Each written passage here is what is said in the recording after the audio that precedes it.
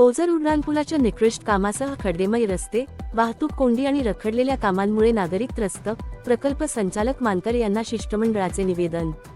नाशिक जिल्ह्यातील महामार्गावरील खड्डे, वाहतूक कोंडी आणि ओझर उड्डाणपुलाच्या कामाच्या दर्जाबाबत नागरिकांमध्ये तीव्र नाराजी निर्माण झाली आहे.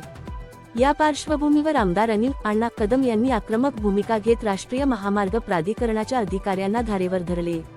महामार्गाची दुरवस्था दूर करून रस्ता खड्डेमुक्त होईपर्यंत टोलवसुली थांबवावी, अशी मागणी आमदार अनिल कदम यांनी केली. यासंदर्भात शिवसेनेच्या शिष्टमंडळाने राष्ट्रीय महामार्ग प्राधिकरणाचे प्रकल्प संचालक मानकर यांची भेट घेऊन निवेदन सादर केले. ओझर उड्डाणपुलाचे निकृष्ट दर्जाचे काम, महामार्गावरील मोठमोठे खड्डे आणि सततची वाहतूक कोंडी यामुळे वाहनचालक व नागरिकांना मोठ्या त्रासाला सामोरे जावे लागत असल्याचा आरोप यावेळी करण्यात आला.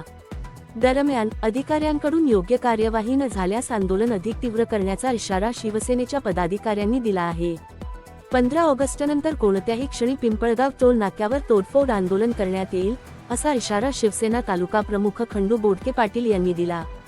महामार्गाची तातडीने दुरुस्ती करून नागरिकांना सुरक्षित आणि सुरळीत वाहतूक व्यवस्था उपलब्ध करून द्यावी, अशी मागणी शिवसेनेच्या शिष्टमंडळाने केली आहे. नाशिक विभागीय संपादक श्री उत्तम भीमराव जाधव, निफाड तालुका प्रतिनिधी Yogesh Kadgile, Maharashtra today TV news Nashik.